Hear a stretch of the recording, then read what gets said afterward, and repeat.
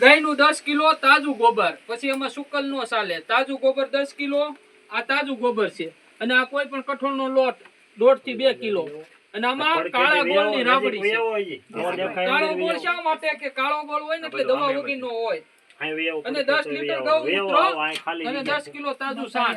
પછી છાણને આપણે એમને નાખી દેવાનું આખા ટીપણામાં, છાણને આખી સ્લરી કરી નાખવાની છે, આવી રીતે આખી આખું સોળીને પછી થઈ જાય ગાંઠો નો રે. કઢી જેવું થઈ જાય. આ છાણ બિપિનભાઈ પેલા કરેલું છે પણ તાજું છે એટલે બેસ્ટ જીવામૃત બનશે. નાખી દેવું છે ને બિપિનભાઈ? આપણે 200 લીટર પાણીમાં 180 લીટર પાણી આ ટીપણામાં રાખવાનું છે. 200 લીટર પાણી લેવાનું છે, 200 લીટરનું ટીપણું લેવાનું છે. એમાં 180 લીટર પાણી, એમાં 10 કિલો છાણ નાખી દીધું, અને આ 1.5 કિલો ગોળ હતો, એને ઓગાળેલો જ છે, દવા વગરનો કાળો ગોળ. 1.5 કિલો ગોળનું પાણી છે. એટલે આ ગોળનું પાણી છાંટાવું છે. પછી આપણે 10 લીટર ગૌમૂત્ર લેવાનું છે, એ 10 લીટર ગૌમૂત્ર નાખી દીધું.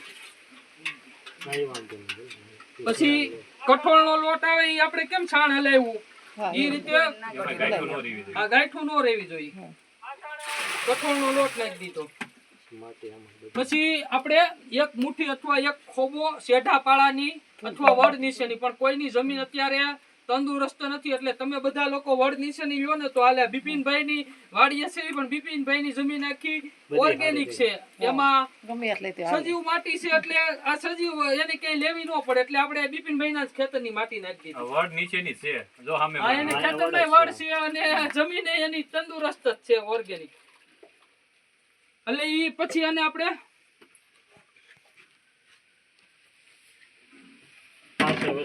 હા બધી પાછી વસ્તુ નાખી દીધી. પછી ઘડિયાળના કાંટાની જેમ હલાવશું 5 મિનિટ સવાર સાંજ, ઘડી કામ અને ઘડી કામ એમ નહીં, સીધો જ આટો ઘડિયાળનો કાંટો ફરે ઈ દિશામાં. અને પછી આપણે કંતાનના કોથળાથી આને ઢાંકી દેવાનું છે, ખુલ્લું નથી રાખવાનું, એટલે છાંયે રાખવાનું છે, અને સીધો આમાં સૂર્યપ્રકાશ ન આવવો જોઈએ અને વરસાદનું પાણી ન પડવું જોઈએ.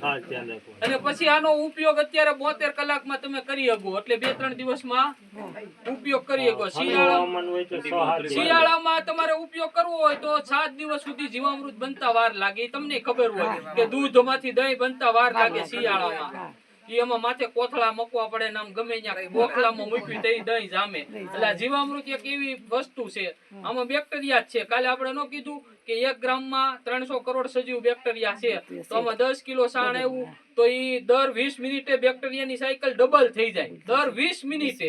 તો આપણી પાસે તો 10 કિલો છાણ આવ્યું. પછી બેક્ટેરિયાને શું જોઈ તો બેક્ટેરિયાનો ખોરાક આવે કઠોળ, એને પ્રોટીન જોઈ તો કઠોળમાંથી પ્રોટીન મળે અને ગોળમાંથી શર્કરા મળે, એટલે ઈ દર 20 મિનિટે ડબલ થાય. એટલે ઈ એના લેવલ સુધી પૂગે ને કે કોમ્પ્યુટરમાં આંકડો નથી કે કેટલા એક ટીપણામાં બેક્ટેરિયા થઈ ગયા.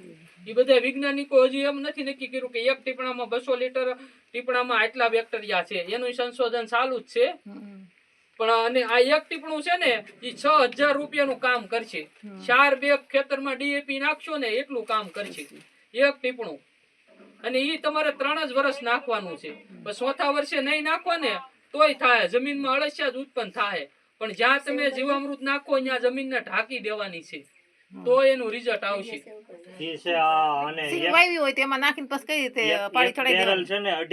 માપ છે દર 15-20 દિવસે એકવાર પાવાનું. ઈ 2.5 કે છે, પણ જેને 16 ગુઠાનો વીઘો છે ને ઈ 2.5 વીઘા, જેને 24 ગુઠાનો વીઘો છે ને ઈ 1.5 વીઘામાં એક બેરલ નું માપ છે એનું ટૂંકમાં.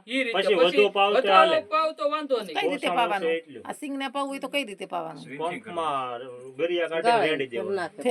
અને છેલ્લેથી ઉપયોગ કરવો હોય તો આ બિપિનભાઈ કેમ નળ મૂકો છે, છેલ્લેથી ઉપયોગ કરવો હોય તેથી હલાવવાનું નહીં, એટલે નીચેની સ્લારી છે એટલે પડી રહે વેચ, અને નળમાંથી શુદ્ધ આવ્યા રાખે. પાણી થતું એને ભેગું જવા દેવાનું એ રીતે એમ પાવ. અત્યારે તો રેડવું પડે પંપે, અટાણે તો પંપે. અને એક ખાસ બનાવવામાં એક કાળજી એ રાખવાની, ઘણા ભૂલ કરે છે, ઘડીક બંધ કરી દેવાનું.